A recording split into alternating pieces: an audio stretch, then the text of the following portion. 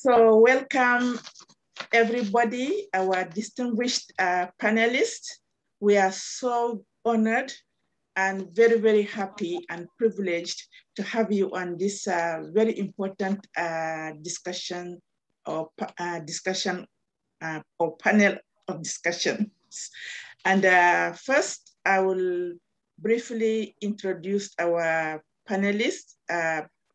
More details about their bios that I will read here, or all of it will be posted on our social media. And without any like precedence or importance to the list, I'm going to start by reading the bio of Sobia Shaikh. Sobia is a social work educator, researcher, anti-racist feminist activist, and mother from St. John's, Newfoundland and Labrador, Canada. As a community-engaged researcher and social policy analyst, Sobia's work focuses on supporting anti-racist and social justice process. Her scholarship spans across many different social concerns, but is primarily centered around feminist, anti-racist, and social justice change in organizations. Sobia's recent community organizing has crystallized through the Anti-Racism Coalition of Newfoundland and Labrador, the Addressing Islamophobia in NL or Newfoundland and Labrador project, and the BIPOC Creator Collection. This is a collection of stories, I think by people like Black, Indigenous, and people of color. She's also a member of the Quilted Collective of Racialized Writers in St. John's. She continues to learn from activists and artists of diverse backgrounds. Next is our honorable and also distinguished panelist, Dr. Slayman Giver. Dr. Slayman is a Nigerian-born Canadian citizen and a Canadian-based educator, researcher, and scholar activist who works at intersections of forensic social work and LGBTQ+ studies. He is an assistant professor and associate dean of undergraduate programs in the School of Social Work with a cross appointment to the Department of Sociology, Police Studies at Memorial University of Newfoundland and Labrador. Dr. Giwa is the endowed chair in criminology and criminal justice at St. Thomas University and is an anti-racism, equity, diversity, and inclusion trainer and consultant. Dr. Giwa's academic and applied research program centralizes critical race transformative pedagogies and human rights theories as frameworks and analytic tools for social justice and equity. Our third panelist is Ms. Sarojini Ramarin-Lang. After 35 years working in finance and administration in several different industries, including film, television, immigration law, banking, and the hotel and restaurant industries, Sarojini decided to pursue her passion for music and the arts and created Caribbean Connections, a show which she also produces and hosts weekly on CHMR 93.5 FM. That is a MUN or Memorial University campus and community radio station broadcast from Memorial University. Originally from Guyana, formerly British Guyana, South America, Sarojini immigrated to Canada a few decades ago with her family. She has been living in Newfoundland and Labrador with her husband and 2 children for 14 years. She has volunteered extensively in campus and community organizations most of her life, including being the co-founder of the largest Indo-Caribbean women's collective in Canada and the only woman president of Canada's largest and most influential Indo-Caribbean organization. Besides being the face in a few diversity and campaigns and TV commercials, Sarojini also has fundraised for the Worldwide Fund to save the African elephant and has been a board member of one of the largest South Asian LGBTQ+ organizations in Canada. Sarojini hopes to continue her quest to bring more Caribbean music, art, culture, and literature to the people of the beautiful province of Newfoundland and Labrador. Our fourth panelist is Santiago Guzman. Santiago Guzman, he/him is a writer, performer, director, and dramaturge, originally from Metepec, Mexico, now based in St. John's, Newfoundland and Labrador. He is the artistic director of Tudor's Productions, the artistic associate for Playwrights Atlantic Resource Center, and general manager for Neighborhood Dance Works in St. John's, Newfoundland and Labrador. He's a proud member of the Quilted Collective. He works as a writer who aims to put local underrepresented narratives and characters on the front line, whilst inviting audiences to appreciate the vibrancy of Newfoundland and Labrador from a diverse perspective.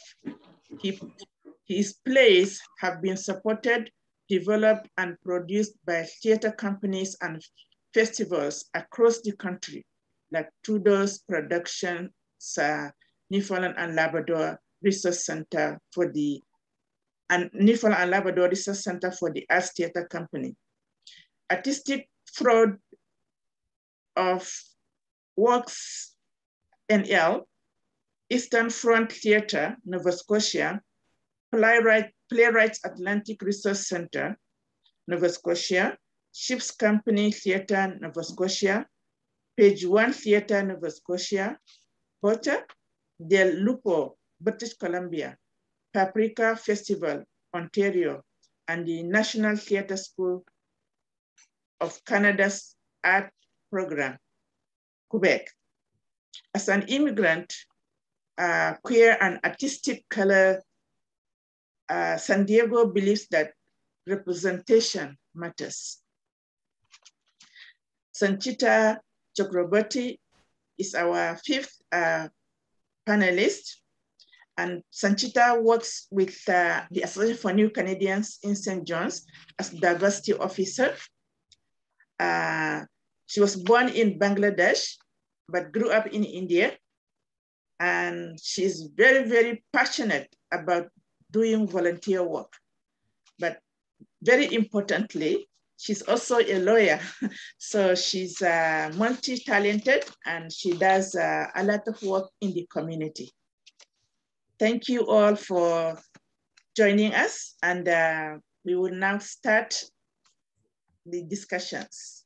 First, we will take the first topic of discussion. And I'm going to read it out. The first topic: what do anti-racism, inclusion, and diversity mean? In other words, what does it mean to have a society or province that is anti-racist, inclusive, and diverse?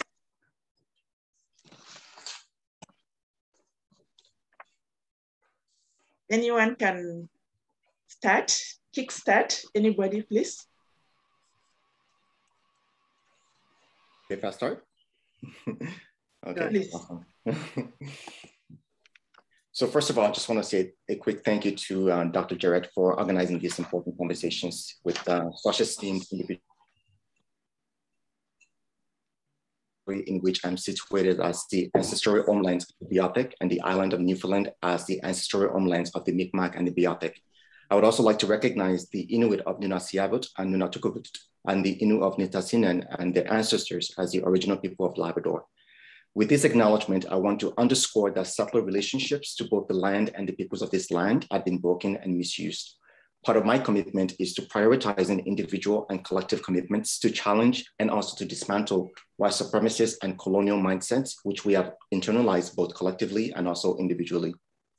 And I guess in terms of speaking to the question of, what it means to have a society, a province that is anti-racist, inclusive, and diverse, I think we must first agree on what anti-racism is, right? And so for me, anti-racism is an individual or collective action against racism and white supremacy in all its forms. So in short, our work is really to identify the root causes of racism and to also find solutions to them.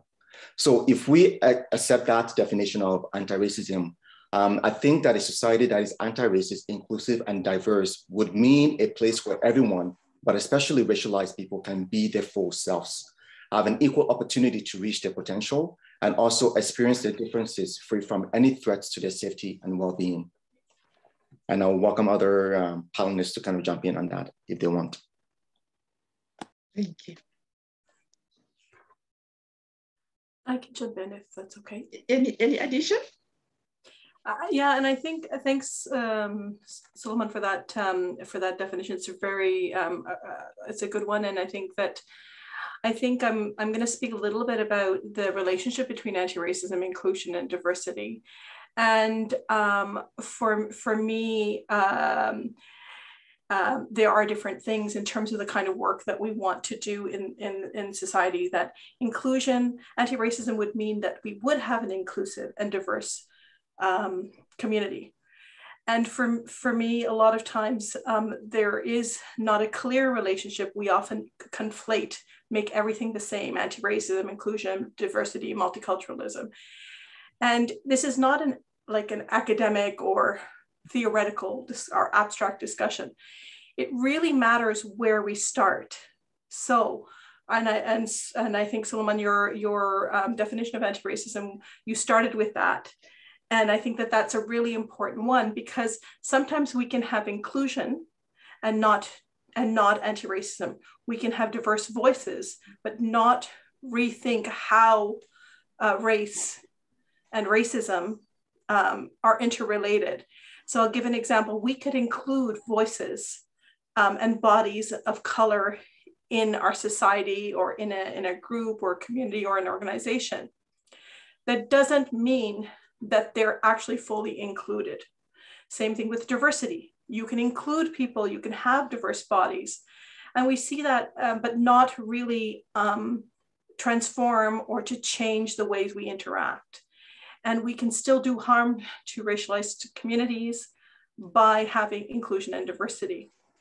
And so I often say, in order to have anti-racism, you must have inclusion and diversity. And in order to have inclusion and diversity, by having anti-racism, you are guaranteeing some sense of, because if you are being anti-racist, you are already including people and having diverse communities. And for me, what does it mean to have a society or province that is anti-racist, inclusive, and diverse? It is to actually intentionally look at how our everyday interactions, everyday institutions, and everyday policies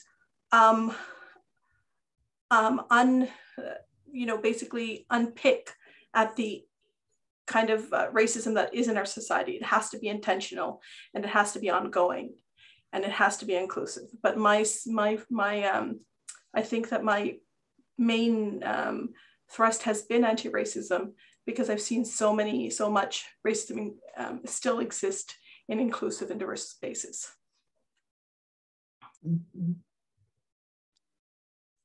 Thank you. Any other addition? Anyone want to say more? Yeah. Yes, please. I think what Dr. Giwa and Sobia said, very important. And when it comes to Newfoundland and Labrador, looking at your question, it says, what does it mean in our province? I would say this means diversity.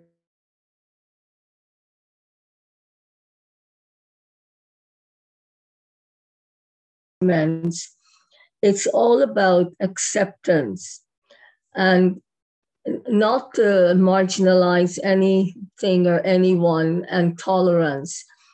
And I don't think having diversity and inclusion means we have anti-racism completely. No, I would not say that.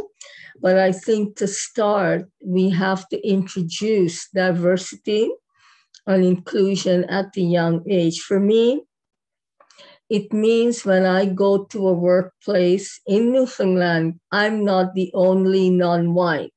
If I'm attending an event, I'm not the only non-white. And I've been the only non-white, as many of you may have been, in many events and a few workplaces here. And the question comes to mind, why is that? Where is this starting from?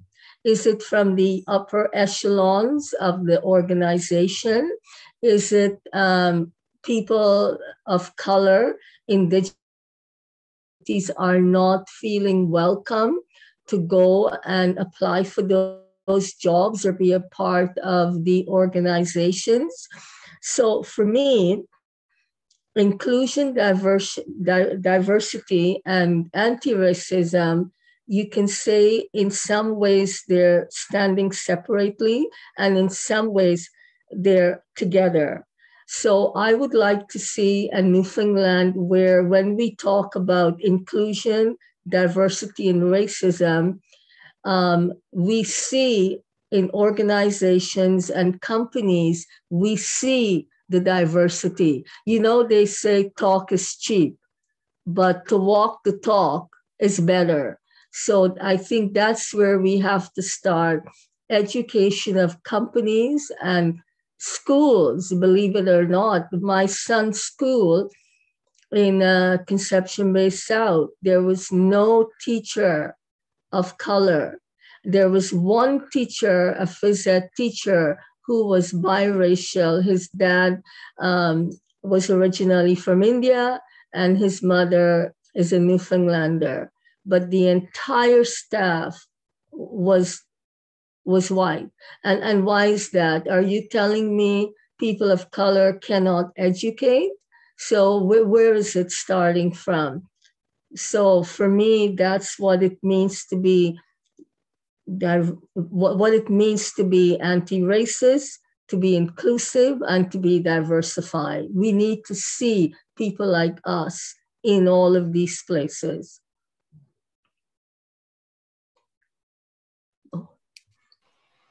Thank you very much, everyone, for sharing. I think that is so, so great to provide this framework to introduce this topic. And I just wanted to touch on two things that came to mind after hearing you speak. And it's this idea of creating spaces and opening spaces for people to thrive at their as their true selves, and bring themselves entirely without trying to suppress in order to fit in, right? And I think that we're talking about these structures that historically have benefited some at the expense of someone's suffering. So yeah, I think a lot about like that, creating those spaces where we can be our own selves as racialized folks.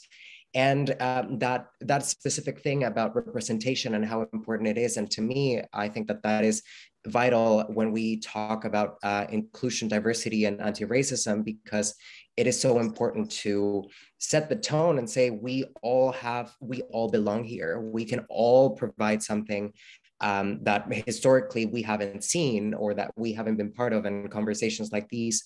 And we see that throughout in society. We see it, at different events, as Sarojini was talking about, where, we see in the school setting, in a social setting, but how do we see ourselves, our true selves, represented in society? And that's the thing that excites me, to see how step by step we're moving towards that point. Mm-hmm. I can go at the end. That's beautifully said, Santiago. And of course, Mrs. Lang, very powerfully, you put your statement there. Of course, Dr. Shaikh and Dr. Giazo. Am I pronouncing your name correct? How do you say it? Giwa. Giwan? Giwa. Giwan? Yeah. Okay. Thank you, Dr. Giwan. And thank you, Dr. Jared, for creating this lovely platform and this opportunity for all of us to come and discuss. I always say discussion, hence the discourse. So my role here as a diversity officer, what I do, I get to do a very big piece of my assignment with the ANC is promoting and presenting these sessions to the education sector here in Newfoundland and Labrador in this province, which starts from K to 12, a piece of it. And the modules that we work on those for K to 12 is, first module is called Peace and Harmony. And the second module that I provide is called Deconstructing Diversity. And the other one that is a little bit more higher level, which is for mostly for the post-secondary school, MUN here.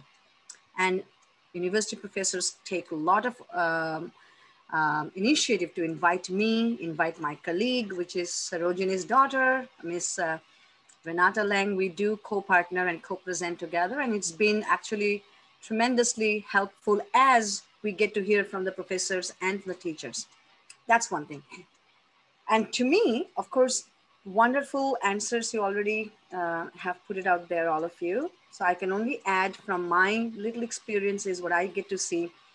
Diversity basically plain and simply showcasing to the kids, to the teenagers, to the adult, when we go through the learning.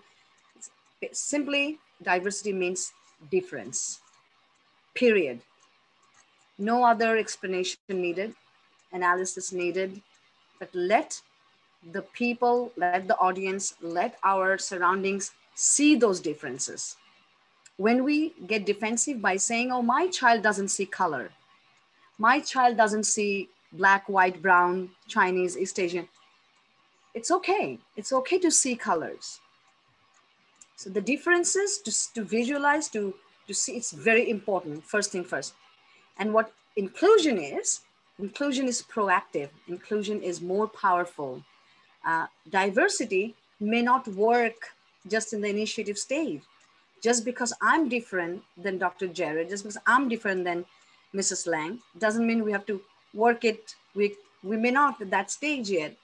What inclusion gives us that platform, that taking that proactive initiative is that creating those inclusion for those differences, the diversity works even more powerfully. That much I can add on this. Thank you so very much, everybody. Any other additions to question one, or do we move to the second one? Okay, so let's look at our second topic. And the question is, anti-racism, inclusion, and diversity lacking or inadequate in our province at this moment? Yeah, I'll start again, if that's okay. I think I'm just going to pick up on one particular point that I think for me is salient, and I will also invite the other panelists to obviously pick on different aspects of that particular question. For me, I really want to just kind of go back to spring 2020, which I think we've seen an intensification in the scale of social justice groups who are kind of committed to addressing racism in Newfoundland and Labrador. And I think this ranges from community-based groups to municipal, and progressively, we're also seeing the provincial government also moving to this territory, especially because of the fact that they just recently hired a diversity, equity, and inclusion manager in the Office of Immigration and Multiculturalism. These are all positive steps that I think should be encouraged and promoted as we collectively work to end racism. What I think is currently lacking is a coordinated provincial secretariat that can actually work with community groups and organizations to root out racism and discrimination. I feel that there is an absence of leadership and political will to move into this direction, which could have short and long-term implications for the different communities that are impacted by racism. For me personally, I think that it is simply not enough to ask someone in the Office of Immigration and Multiculturalism to address racism in the entire province, especially when we know that racism is not solely experienced by immigrants. And I think the situation is also compounded by the fact that the language of multiculturalism that is embedded within the Office of Immigration and Multiculturalism also needs to be challenged, since multiculturalism seems to be the antithesis of the change that we kind of need to see in our communities.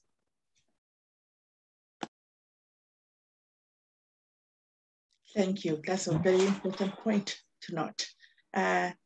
Next person or anyone, please, to add to Dr. Giwa's points.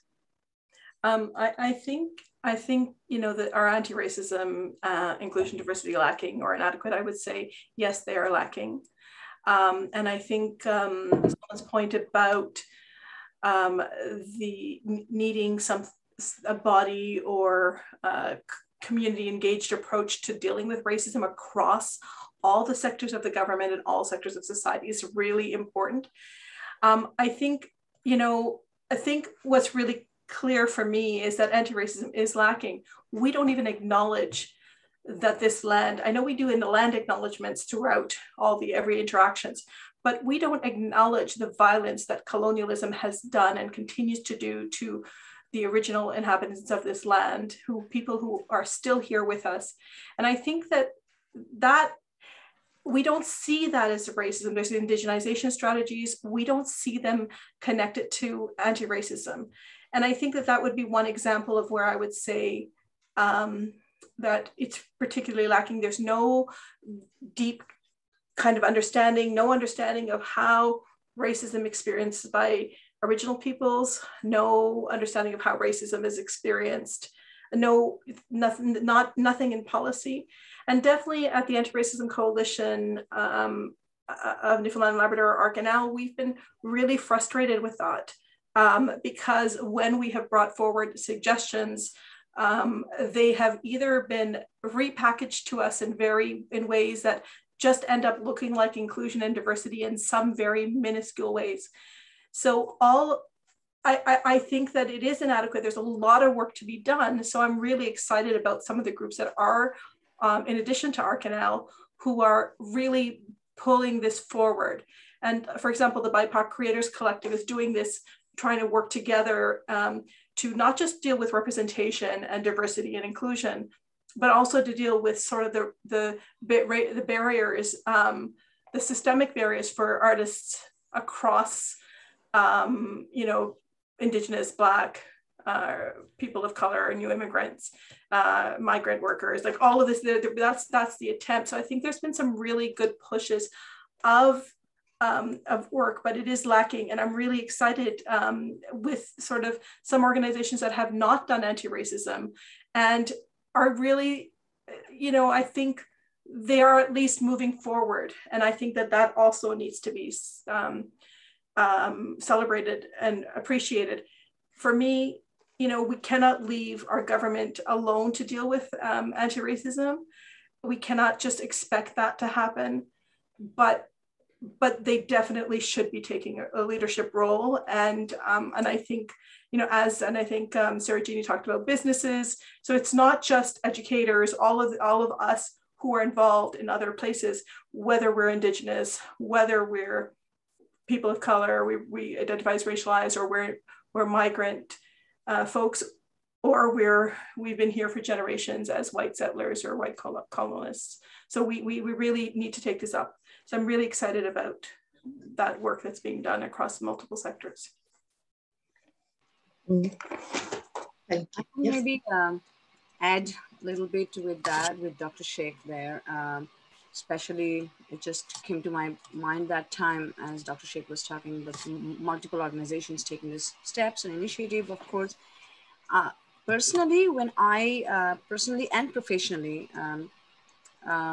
what I do see in this province, however, that it's not the work or the understanding level is not lacking or inadequate yet. as many organizations and many other places taking this role into their agenda, their orientation piece, when new, especially businesses or other government agencies are hiring or recruiting in this case. However, yes, one thing I must say, again, from my personal and professional experience, that it's not the harsh ignorance when it comes to the racism topic. I would say, yes, I do see there is there's a lack of comfort for this topic. When I'm presenting this, we do see often with the topic, within the boundary of the anti-racism topic, sometimes it can be hard hit or miss. But the other part, the positive side I do see is with organizations such as one of my work piece, again, if I go back to my professional experience, one of the work that we do, which had recently in 2-3 years, which is still recent to me, in 3 years, it became a mandate to take this diversity, inclusion, equity, the DEI session, made it a mandate for our government organization, our RNC, the Royal Newfoundland Constabulary. And it's every, I think it's twice a year, they invite us, and they make sure this piece is absolutely included within their cadet training. And the other piece is now it's becoming, which is even bigger now for me and my colleague to work on this. We have been now becoming a big piece for their cadet training as well, which is for the Canadian Armed Forces. So these are the experience that I'm taking in, and I'm also seeing as a person of color, woman of color, I do see the side of the personal boundaries that those lack of ignorances, or how to, like it's I think every day, if I make 10 calls, at least 8 times, I'm tired of speaking my name and correcting it, pronouncing it, which is all right, because I also did not understand Dr. Giwa's name in the beginning. But the learning that I took from my work and my personal opinion is, you don't have to brush off if something is different, but you have to include within that learning. You can learn it. I remember one of this racial incident. I clearly remember that is in one of the presentations, the facilitator could not pronounce my name while she was introducing me, and with due respect, she did her job. She tried her best. But what she did not do right is, which I did not appreciate, is she could not pronounce my name. So what she did, and it was happening in the building full of people in front of, within the microphone, in the speakerphone, oh, I can't, oh my God, this is because Chakraborty is not a very common last name. So she couldn't pronounce. What she did, she handed over it to me, saying I can't pronounce it. So, but more and more I do get to see that people are practicing it beforehand, or they're asking to learn it. That's the good side.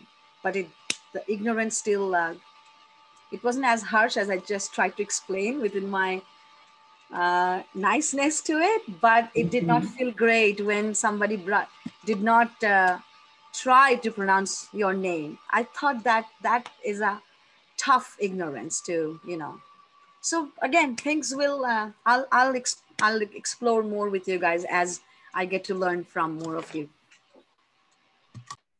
Thank you. Any more? Yes, please, Sarojini. Thank you all for your wonderful and valuable comments. I certainly appreciate that, and I'm learning as I go as well. And Dr. Sobia and Dr. Giwa, I know you've been here longer and you certainly have had your share of dealing with topics of this nature, as well as you, Sanchita and Santiago. So for me, I'm honored to be in your company. But just to look back at what Sanchita just said about the name, I get the same problem too. And when I first started working here, the first thing people said, do you have a nickname?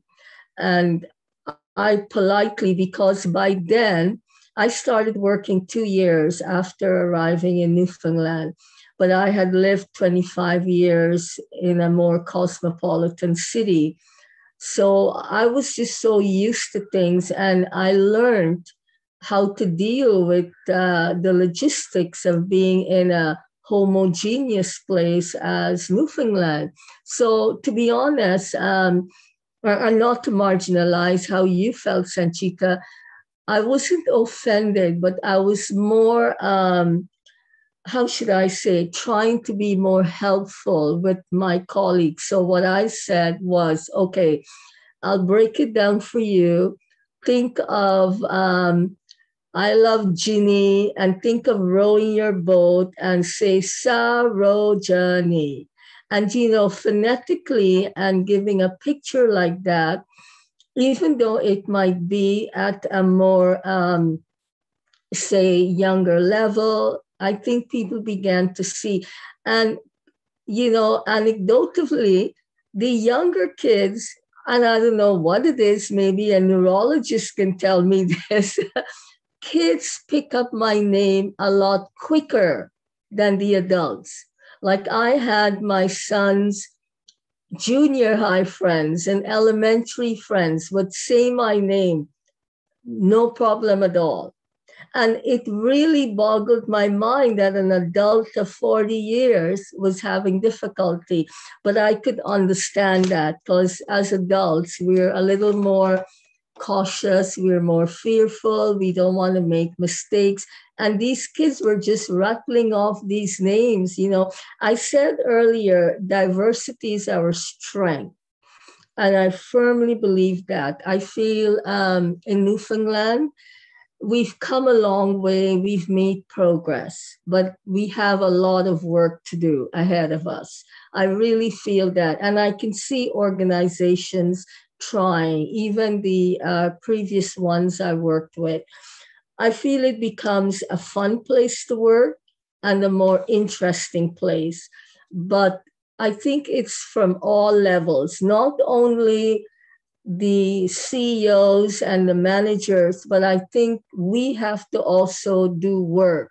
And how do we do this work? I think folks like the ANC, where Sanchita and Renato works, and other consultants and organizations can help other individuals, and we can come across to people. You know, we're not to be feared. I've had people say to me here, immigrants are coming to take away jobs. And I mean, this is something we've all heard. And they've said that to me. And, you know, I look and I smile, because I smile only because in my mind, I'm trying to figure out, where do we start to educate these people? Like, at what level?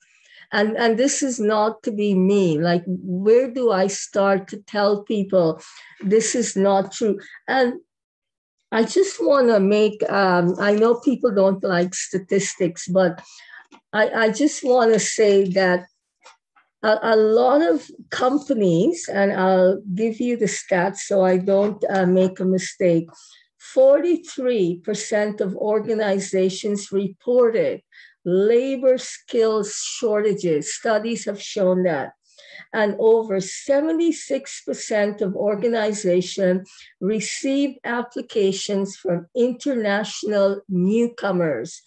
48% actually hire them. And there have been positive experience from employers. So I think it's written right there in black and white. And just to end, what I have to say, Bishop T.D. Jakes in the USA, and I'm only bringing in this because I listened to a podcast that he conducted with Rebecca Carroll, who has Coming Through, a really great podcast. And he said, his words, when we can circle the ideology as opposed to the individual, we open our doors to a lot of people from a lot of colors. He says, racism is our grandfather's problem, but we are still dealing with the issue. And he says, we cannot change what has happened in the past, but we can change what's in front of us. All we have to do is come together, black, white, brown, pink, blue, all colors, people of affluence and influence. Thank you.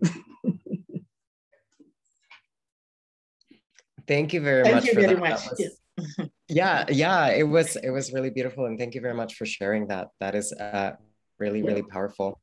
I think that, you know, in this conversation thus far, we have acknowledged that things have been different, right? Like talking again of these imbalances in systems, in society, and in this particular case, race. And change is happening in our province. Like I see it. And that is really what keeps me here.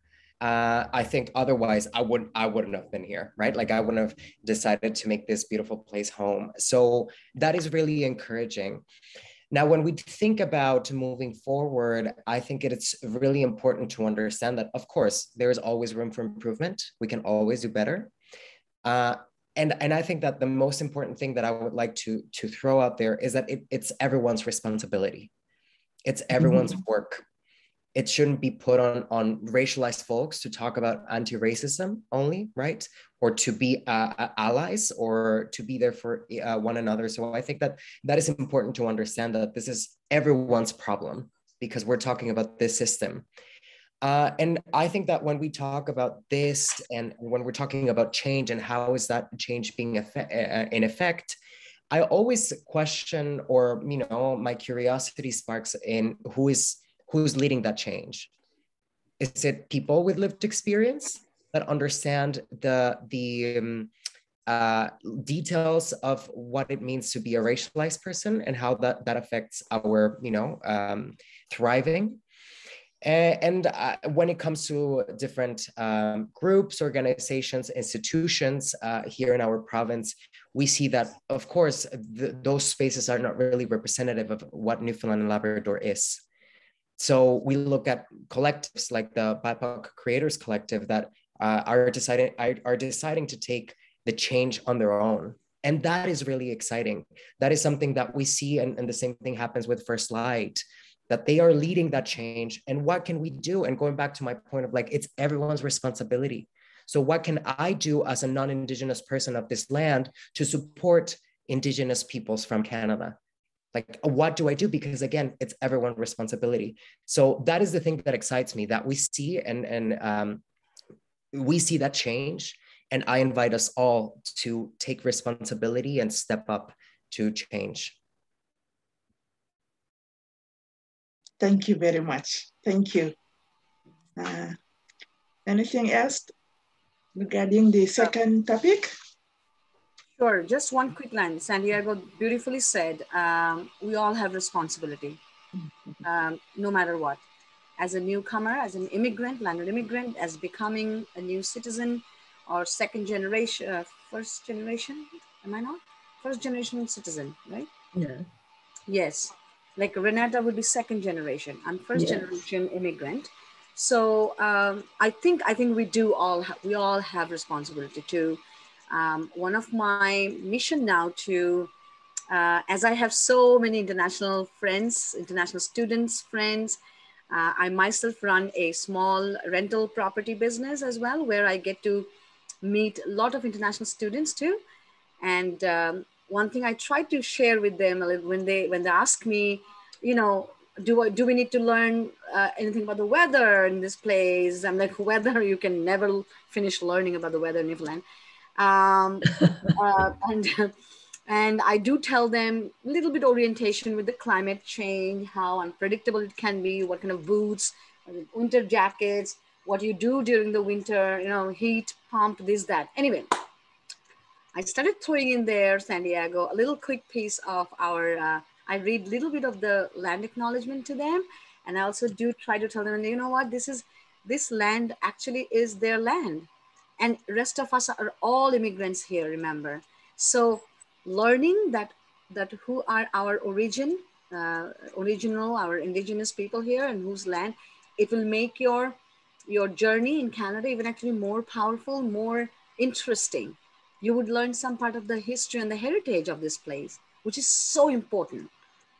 There was a very nice news article. I don't know if I'm sure if you guys have seen that, you would agree with me. There was this gentleman, he was attending this very sad incident happened in, remember, London, Ontario, the family who was targeted and killed. Oh, so sad. And during that time, no, not during that, later on, there was another procession or another, what's the word I'm looking for? Here comes the English as second language problem. Like when you go out in the street. A rally?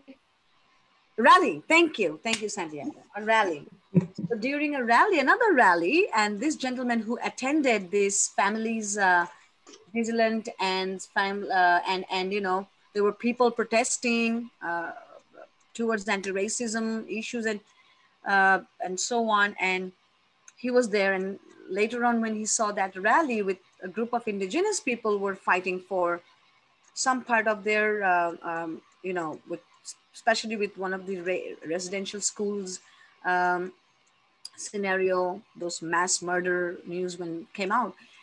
So this gentleman took it on him, and he said this is, and he himself was a Muslim immigrant.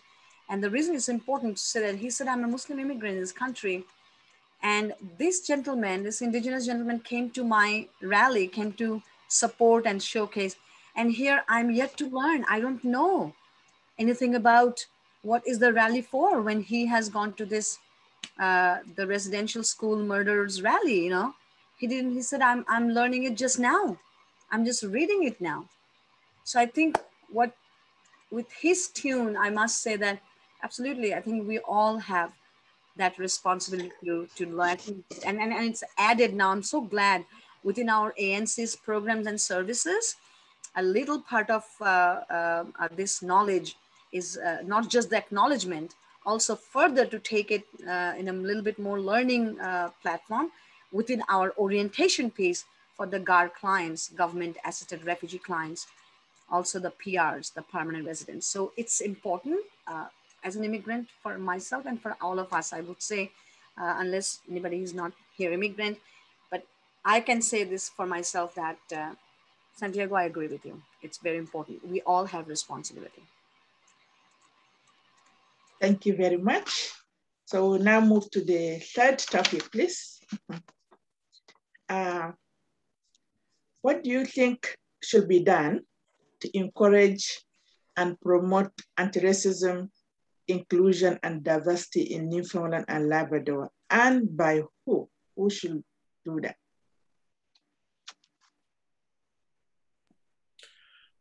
I think that related to this question, there's definitely a lot that can be done in the province of Newfoundland and Labrador to be able to encourage and promote anti-racism, inclusion, and diversity.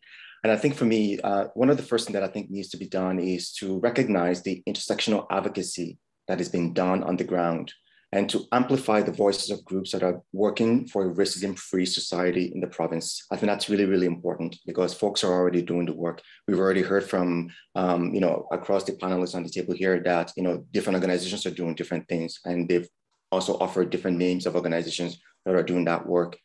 I think that a lot of the gains that we've also seen have been on the backs of those community-based organizations. And so municipal and provincial governments, they need to support these groups in continuing the important work that they're already doing. and not just assume the function of the know best attitude. And I think that this kind of know best attitude can appear in the form of government officials and bodies, in a way hijacking the anti-racism agenda for their own public image or optics. And this can potentially weaken the efforts of community-based groups and organizations who are doing the work day in and day out. And I think here also for me, what is important is the notion of nothing about us without us. I think it's really, really crucial that we remember that.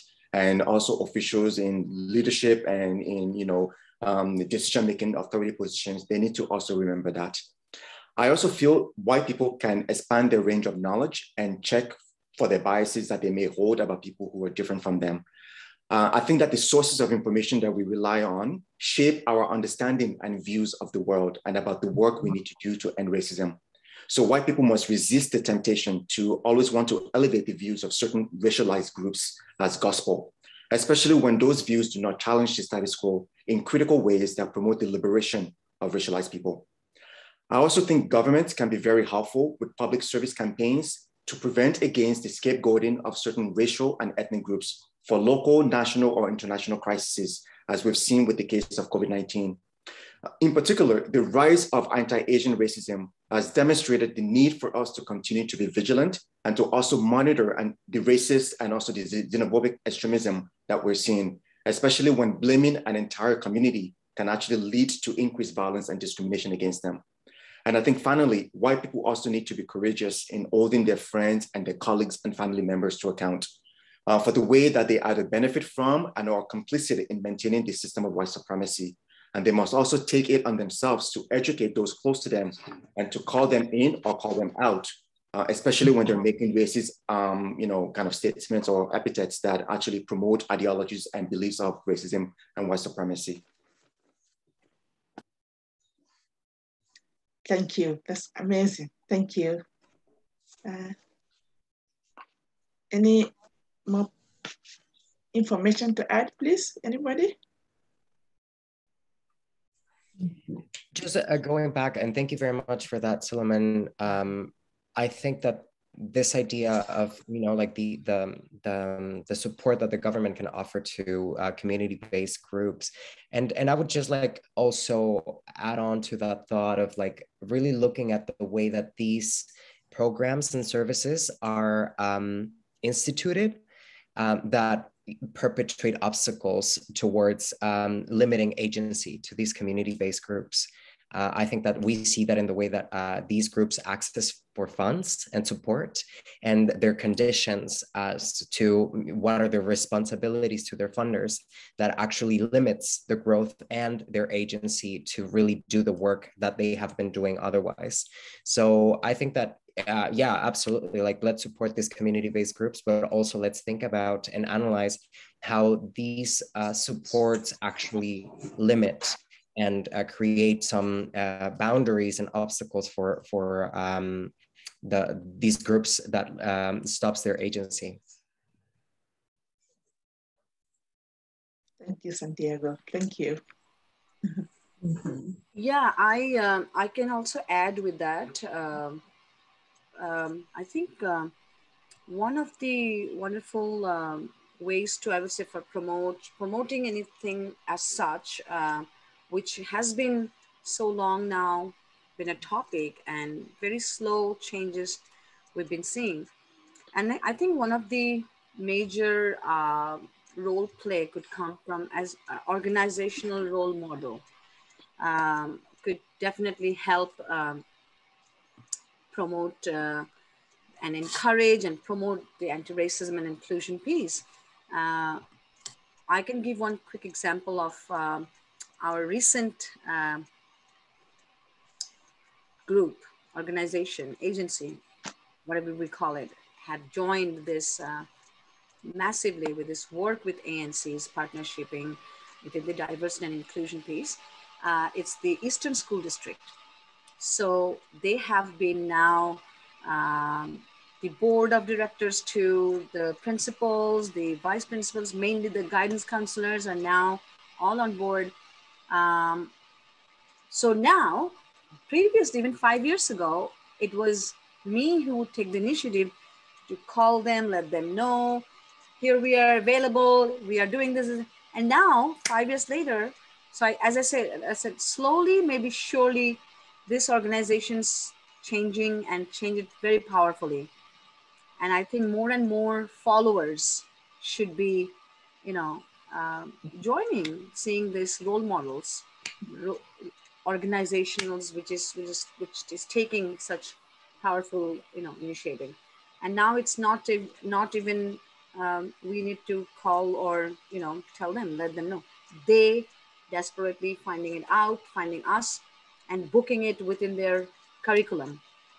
And same thing is happening with many professors now, which I have been repetitively invited as a guest lecturer there, with anthropology department, education faculty, sociology, big piece, political science, and gender studies. So let's learn from them. That's what I tell many other organizations as I get an opportunity to present.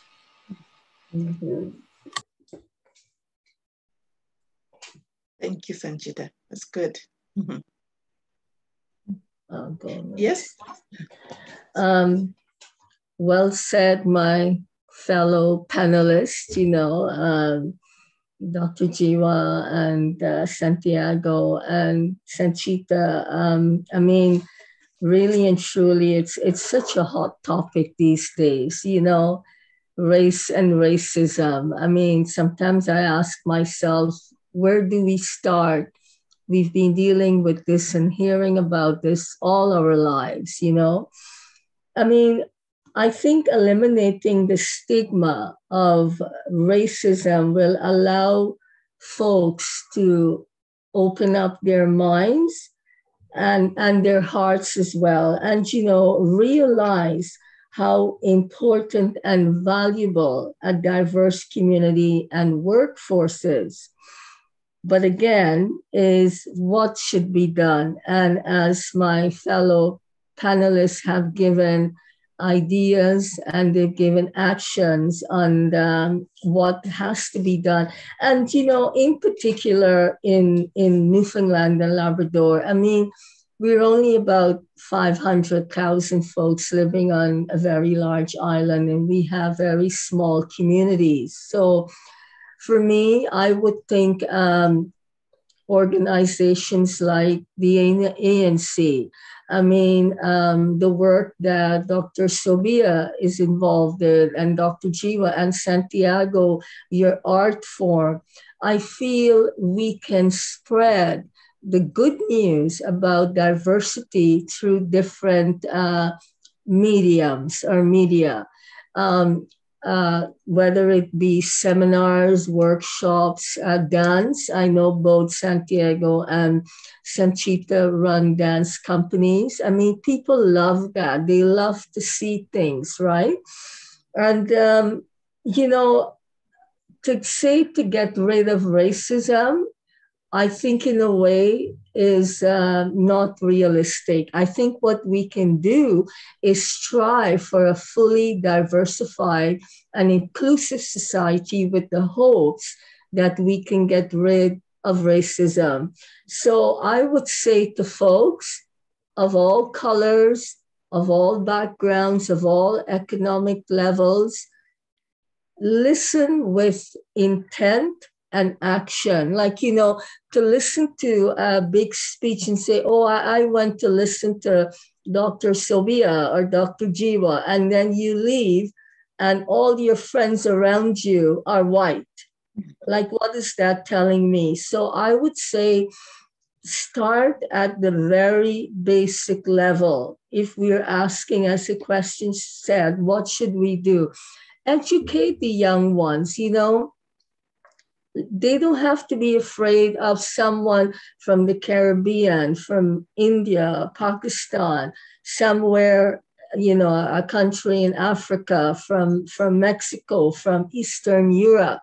We don't have to be afraid. I think we just have to open up our hearts and let them know, don't judge someone because their first language isn't English. It doesn't dictate their ability because they're not speaking as well as you. Maybe you can help them. And, you know, this racist rhetoric you're hearing, oh, you know, this group of people can do this job, or this group of people is lazy. You know, I don't hear all of this in Newfoundland, I'll say that. And like Santiago said, I share his sentiments that none of us would be here today if we didn't feel we have a place here. And I do share that wholeheartedly, because if I felt this is too difficult, this is too draining, I would have left a long time ago. So even though we've made progress, we do have work to do. And again, like many of you have said, or all of you, we all have to be a part of this. It's not just up to us, people of racialized background, and it's not only up to the employers. We all have to work together. And how do we do that? Yes, it is challenging. So we got to keep the faith, we got to keep working, and again, do what we feel is necessary to eliminate racism in our beautiful province. Thank you, Sarojini. That's good. Thank you. I guess I'm last. Or maybe not last. So I really want to start with Sarojini's question of where do we start? Because, you know, you've said that a few times in this panel, like, I don't know, I smile because I don't know where to start. And I think that that's really, important, because the things that we're hearing at Arcanel are things like people being told that they don't belong to rural Newfoundland. We're actually getting reports of that.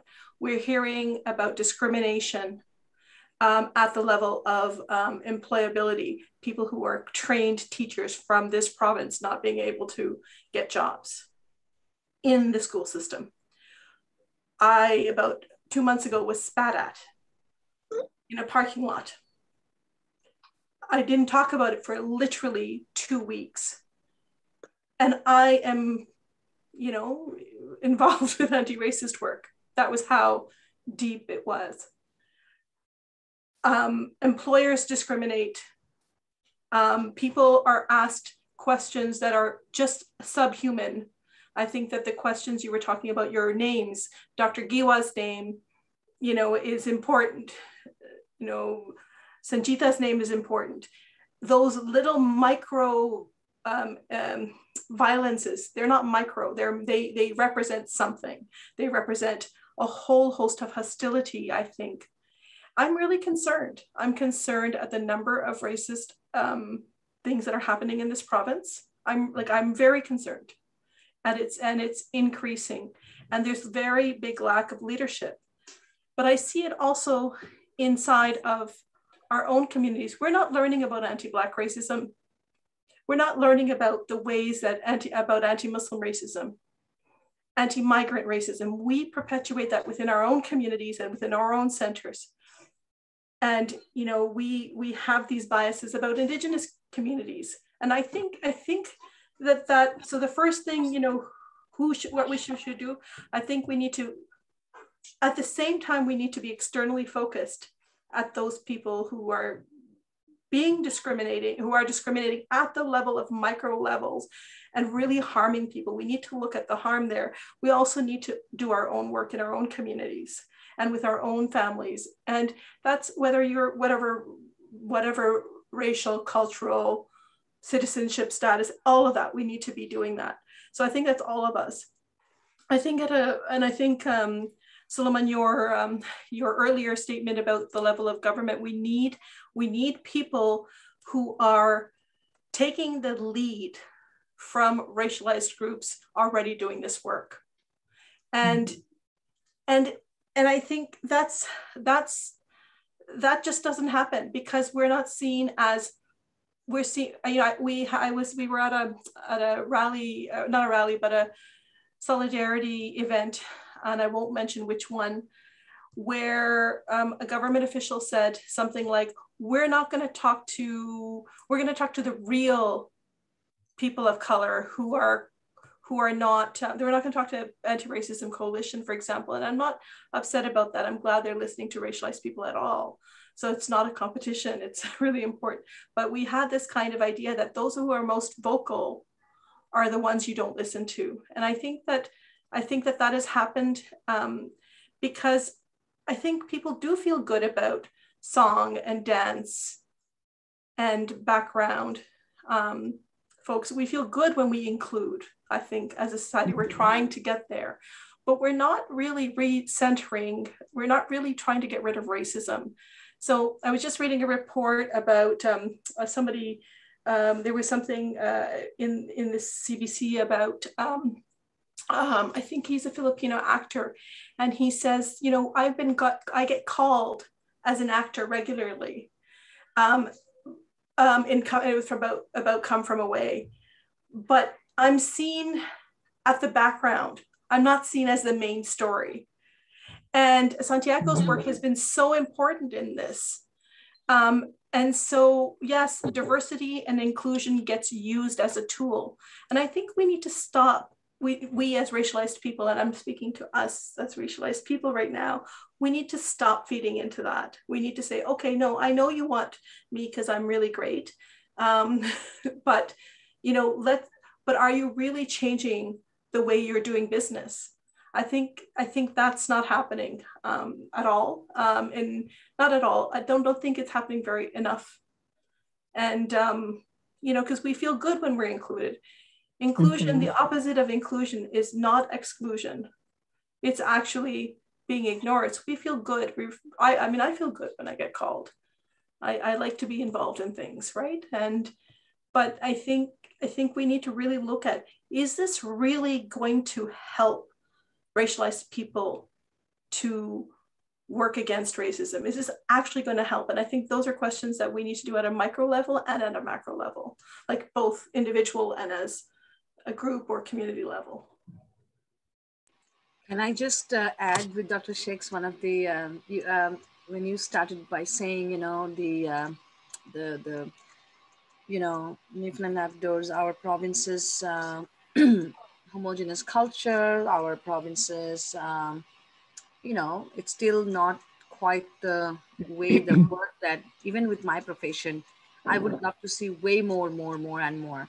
And I'm seeing it's actually recently, I would say just after the American election, Donald Trump's coming in power, after that, it's even more and more, even some incidents I faced myself after like 15, 16 years of my being a Canadian, you know. I always thought racism is like, you know, far, like kind of like over spoken topic. But just recently I had a wake up call with one of the incidents that I was involved with. And it was pretty racist comment in the classroom. And it was, I cannot tell the name of the organization due to confidentiality. So one of the high schools where 3 girls were playing with their cell phone in my class, which I don't allow. So when I called on and said, you know, if you can finish that after this class, or you can go out of the class and finish your business, then come back in. So they were rolling their eyes, and then one of the girls said, well, you don't even speak proper English, you know, so why should we attend your class? So I think because, again, I have my own, not young, but still some young blood left along with their ideas. I did not let it go very easily. All I did, but in a very composed manner as a professional, I said, well, you know what, you're right. English is not my first language because I'm still, and the reason that maybe you're finding it not proper because I'm still learning English. However, I told them, and it's happening, remember, in front of 65 students where they were feeling they are the winners to put somebody down, you know. So I told them, you're right. English is not my first. However, I speak 6 languages. What do you got? And that's when they got very angry. And this is when their racial slur came towards me. One of the girls stood up against when the principal called them out for taking action with them, or not yet. The principal wanted to speak to them, and the girls got angry with me. And while they're leaving the classroom, they looked at me strongly and they said, "You brown, the B word." I cannot say that on record. And so I felt extremely insulted. I never thought my color, I felt very embarrassed for my entire community, my entire skin color. All my lives here in Newfoundland, I thought I actually used to get compliments for my skin color, which is now we're learning more like that fetishization topic, you know, the on a very microaggression level, you know, that is there nothing else beyond my color when I used to get these compliments. But now, this has been 2-3 years now, I've been facing a little bit more direct racial comments. So just thought of just adding that wow. And that's exactly what we're seeing at Arcanel. I mean, I think the question is that, you know, what should be done and what, you know, I think that should become that should not be allowed, but there is increasing experiences of people happening here. And I think those of us who consider ourselves Newfoundlanders or are part of this community or these communities, we need to keep standing up and making it intolerable for that kind of behavior. And it's not because you feel ashamed and you feel like, what did I do wrong? Or what you, and you know, just like in the sexual assault, I was just at Take Back the Night last night, just like we normalize sexual violence and sexual slurs and sexist comments or, you know, transphobia, we normalize that. In that should become an intolerable moment. Correct. And I think that if you're a person who's watching this today and you think that none of these experiences are okay, that should be centered in some of your interactions. And that's of all of us, of all races, of all cultures, of all citizenship status, and all people who are settlers and non-settlers, or people who are, you know, new to this land. So, I mean, I think that, you know, this is done by all of us, and it should be intolerable. But that's my, you know, that's so powerful. Dr. Shaikh, and if I can just ask a quick question as an answer, as if I'm giving from my end, or not answer, rather discussion. If I can ask this, Dr. Jarrett, to all of our panelists here, that I know it's Dr. Jarrett's job to moderate. Just for my own learning, I want to know, do you think that this scenario, the outcome was for those girls to be suspended for a week for the classroom? And to me, I told the principal, no, don't suspend them now. Let them attend my class first, because the next topic was racism. Anyway, when I asked the class, have anybody here ever experienced racism or any kind of racial insult? And one of the boys stood up and he said, isn't that just what we just experienced a little while ago? Great, perfect answer. I didn't have to do nothing. I wasn't passive. I just throw the question out there for them to learn. Anyway, but I thought, don't you think that school could have had more responsibility, could have done more? Just suspension, does it really help though? What is the massive learning here? What is the mass learned from that? That a presenter was insulted, a guest speaker came, and it's going to be hush, hush, hush, hush, texting. And it did continue. It continued, the trolling in that school continued, that, oh my God, did you know what happened? The speaker came and this girl's called. See, so again, that they became the cool girls now. Like, I got the insult, although I did not take it, and I did return it back in my own way as I could do, that I speak 6 languages, what do you got? So that kind of put them on spot of seeing, hold on, oh, oops, that's right. I only speak 1 language. Did she say she's, yeah. And you know, so I think I'm trying to articulate the question saying that, do you think that also could be another ways to, for us immigrants or us person of color or racialized, you know, when we are marginalized, when we don't get the platform much, when we don't hear the solution in a very massive or in a more popular way, I don't think the suspension for 7 days, they learned anything or the school learned anything from this. What do you think? What should have been done, or what should have I done, you think, or did I do a right thing? Thanks. Yeah, Dr. Shaikh. I think the only solution that I can say right now is that we need to have more time to have that conversation. I think that Dr. Jarrett's job today is, I think we're almost over. And I think that this is the kind of question and kind of conversations we need to have amongst each others. And then across races and cultures and backgrounds as well. And I think there aren't any easy solutions. What I can say, what I didn't say in the last time was, you know, I believe that this has happened. This was not your fault. And I think that we need to stand up against this, and we need to be able to discuss this amongst ourselves, because these experiences happen to many of us. And we're often ashamed of that because we think it's our fault. So I think I don't have the right, I don't have an answer, truthfully. It's not an easy answer, but I think that's what we need to do here a lot more, is talk about those things and collectively respond.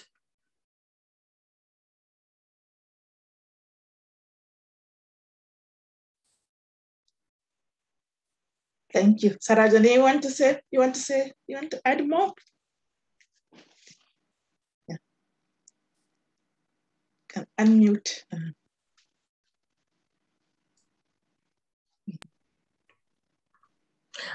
I'm good. Yeah. Okay. Yeah, I'm good. Thank you. You guys are doing a fantastic job. Thank you all. So do we move to the last topic or question? Okay.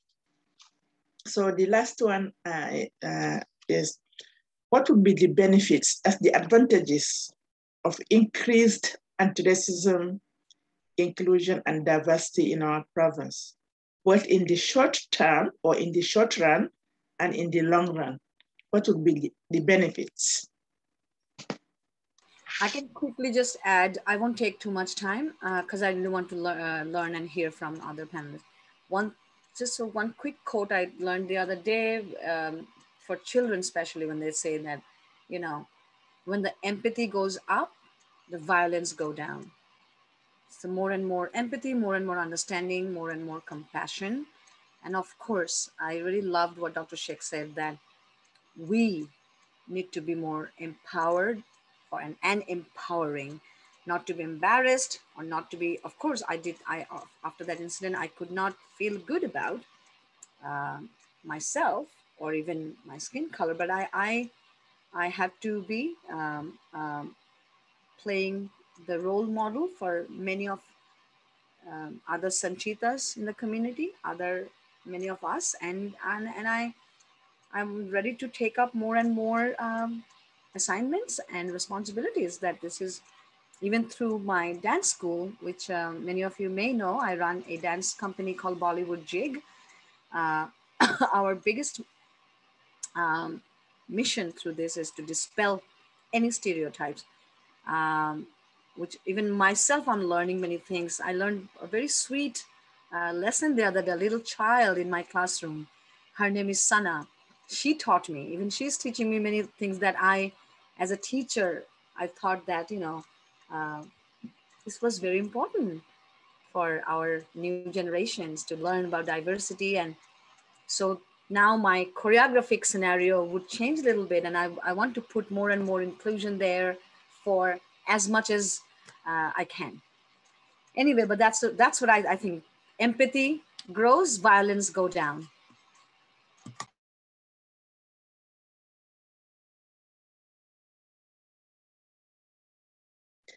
And by the way, that little girl, Sana, is Dr. Sheikh's daughter. She's very sweet. Wonderful. That's good. So if you can please discuss the benefits of having an anti-racist communities or societies. What do you think? What do you envision would be the scenario in our communities where there are no racism or limited, or people making efforts to try not to be racist or to consciously not be racist or to embrace inclusion? What will happen? What would we see in our province? So I can quickly jump in here. I think for me, with my response, I want to kind of do a full circle back to where I think we began the conversation, which is really talking about and picking up on the point that Santiago and others have mentioned around representation and even our ability to be able to call Newfoundland and Labrador home and really what that means. So I think that's really where I want to situate my response. And I think that the benefits of increased anti-racism, inclusion, and diversity in the short term is that people will look like me and people will look like others on this panel will feel seen, heard, and respected. And I think that's really, really, really important. And I think in many ways, this kind of gets back to the point that Santiago, and as I said earlier, others have already kind of shared in terms of the notion of representation and belonging, and not just mere inclusion, but actually feeling a sense of belonging to the place and to the land. I think it's also important to remember that at the core of racism is the deep-seated fear, hatred, and dehumanization of people who are not white. And I think amplifying the message of inclusion and belonging and a zero tolerance for racism will go some distance in making sure that Newfoundland and Labrador is a place we can all call home. I think for me, in the long term, the level of outmigration that we've seen may also be reduced as people come to see a life for themselves here, free from racism. I think this is an important point, mainly because of the fact that often our conversation about why people leave Newfoundland and Labrador and why they don't necessarily stay in the province frequently revolves around the lack of employment. And I think this is a factor for sure, but it is not the only reason why people leave Newfoundland and Labrador. I think that the level of overt and subtle forms of racism, which is kind of woven into the fabric of our society, creates context for people where racialized people worry about their safety and well-being and their ability to be able to realize their Canadian dreams. And I think that ultimately also contributes to outmigration that we see. Thank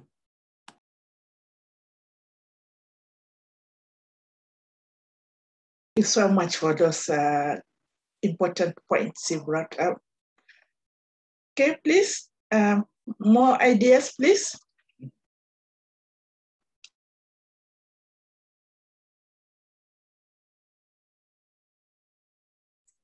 Sarojini, you're on mute. Sorry about that, guys. If I could add to what Sulaimon said, and I'm going to bore you guys with some numbers. Don't forget, I'm an economics and business major, so I have to do justice, right?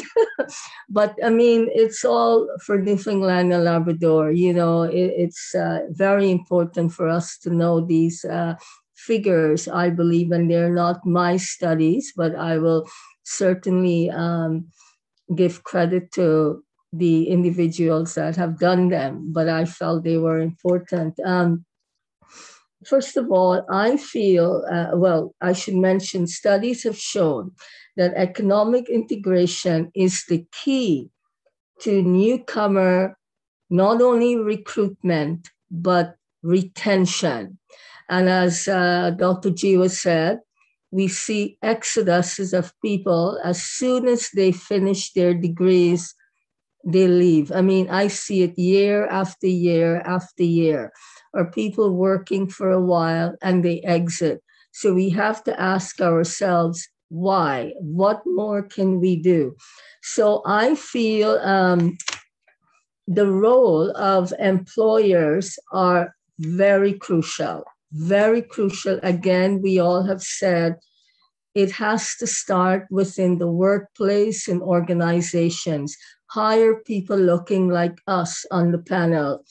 And just to move over to a memorial, the international students application to date is 50% more than 5 years ago.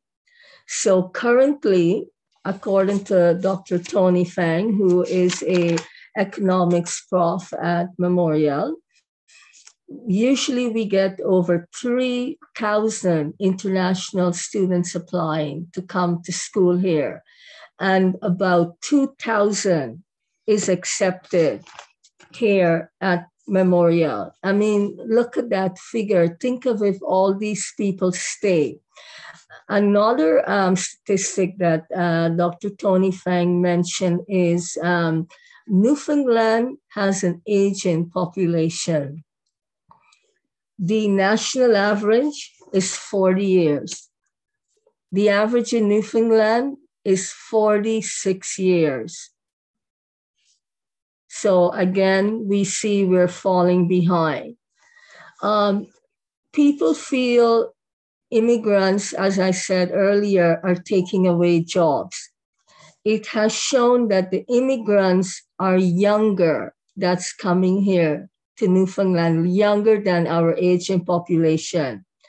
So the health screening process is shorter because we're not coming with an array of medical conditions because of a younger age that's coming to Newfoundland.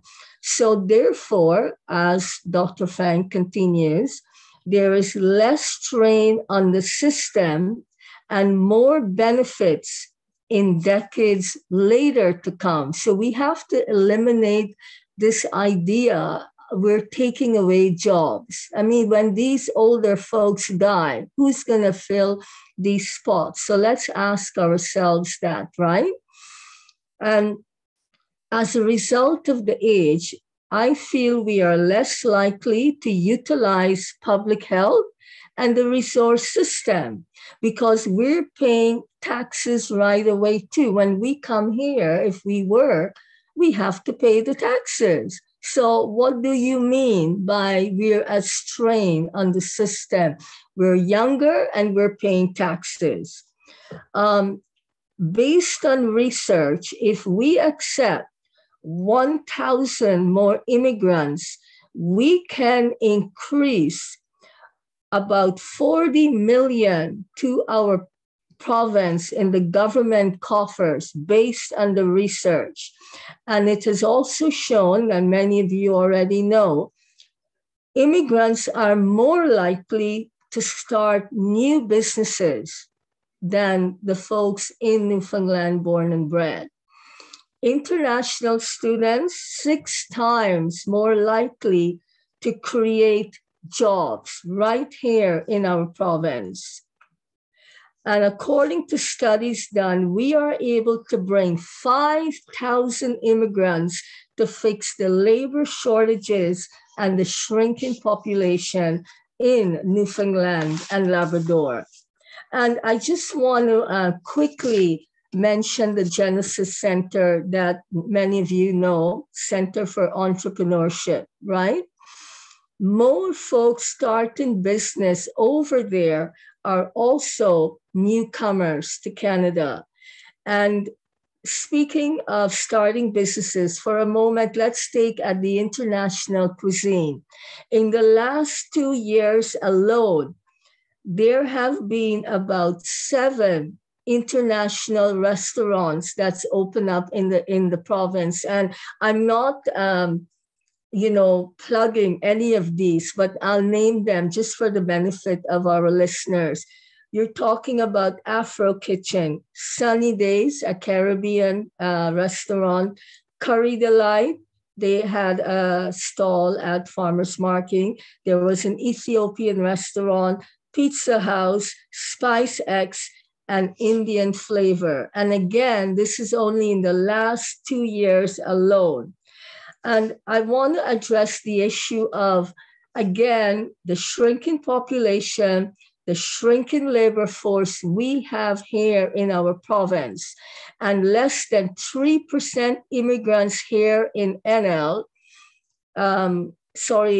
Compared to the national average, we have less than 3% immigrants here in NL in all these categories. So what more can we do? So when we talk about what we can do here in the province, I have just given you the hard, cold statistics.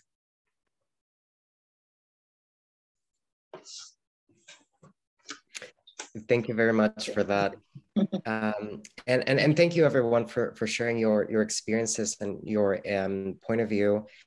And before I forget, I just want to extend my love to all of you who have been target of discrimination and racism in this province. And I feel personally, someone who has also been target of discrimination and racism, this is unacceptable. Nobody should be feeling this way. Nobody should be feeling like they're less simply because of who they are. This is unacceptable. And I think that this is an invitation for everyone to pick up the slack, to continue educating ourselves and supporting those that are already doing this work, right? For us in our organizations, as human beings, with our circles.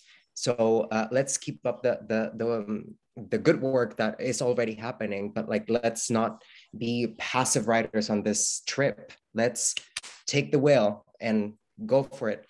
And I think for my final remarks, I just want to say that the benefits of learning about anti-racism and increased diversity and inclusion within our province, which just makes us feel that we are respected for who we are, will allow us to succeed and thrive, but also, and most importantly, be proud of who we are and what we have to offer. So to me, that's why these matters are so important. And let's keep this conversation happening. It shouldn't be confined to once in a while. It should be a lifestyle. Thank you. Thank you so much. Thank you. Sobia? I think I thank you so much, Sarojini, for that, and also Sulaimon and Santiago for your comments about the benefits. I'm just going to say two things. Number one, racialized. If we do the anti-racist work, people are not going to be harmed by different forms of violence, whether they're small everyday violences or bigger violences. So that's the first thing. But more importantly, for white and settler Newfoundlanders, I think one of the things that I often, I guess, shake my head at is the way that people themselves get dehumanized when they are in the moment of being discriminatory, because you have to stop being a human when you stop seeing somebody else as having worth or dehumanizing somebody, just like what Sanchita's example was. You have to stop seeing yourself as a human, I think. And I think, so the main benefit for me, for all of us in this province, it is actually more humanizing to work against harm of racist, oppression, structures, ways of thinking.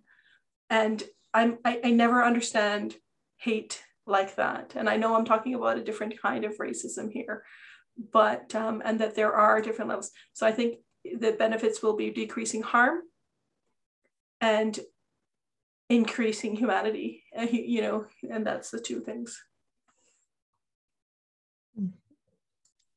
Thank you very much. Anything else from anybody?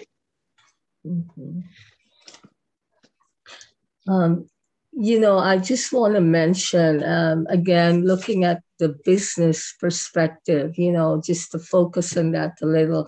And, I want to mention, it's not all negative from what I see. I've seen changes, pardon me, being made to the province. And I'm so happy about that. And Sanchita could speak on that if you have a moment. Yes. What would be that again? for even the question that Dr. Jared asked? In the business world here in Newfoundland and Labrador, I see changes being made.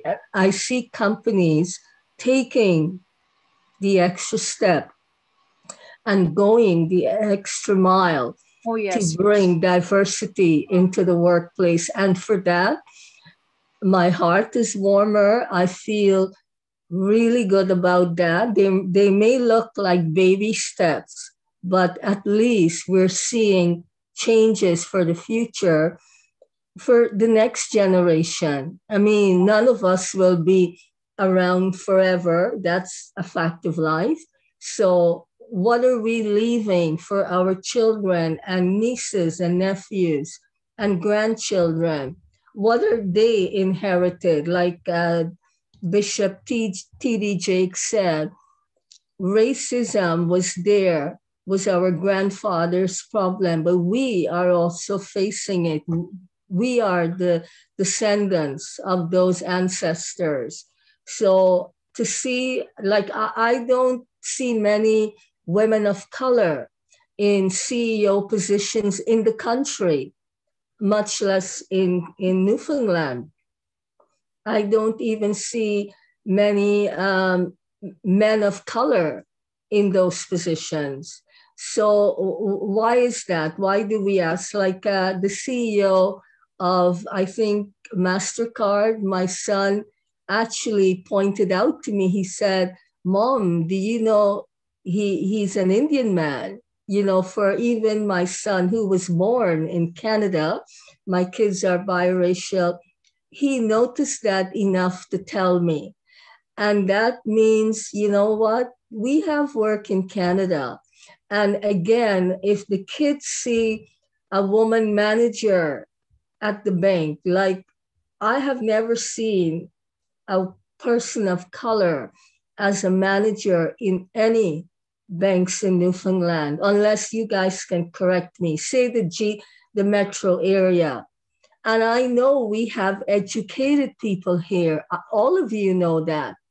You know, thankfully in the arts, Sanchita and Santiago, you are out there, not only because of the way you look, but the type of art with your experience, your education and knowledge to show Newfoundland and Labradorians what you have to offer.